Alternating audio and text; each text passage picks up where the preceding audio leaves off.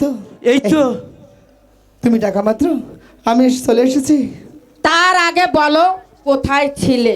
দাদাকে নিয়ে ওই ফুল বাগানে খেলা করতে গিয়েছিলাম মা। দাদাকে নিয়ে ফুল বাগানে খেলাধুলা করছিলাম। তুমি জানো না তোমাকে যে আমি এক মুহূর্ত না দেখলে থাকতে পারি না? সেজন্য তুমি টাকা মাত্র আমি চলে এসেছি। এখন কি বলবে তাই বলো। শোনো, এখন চান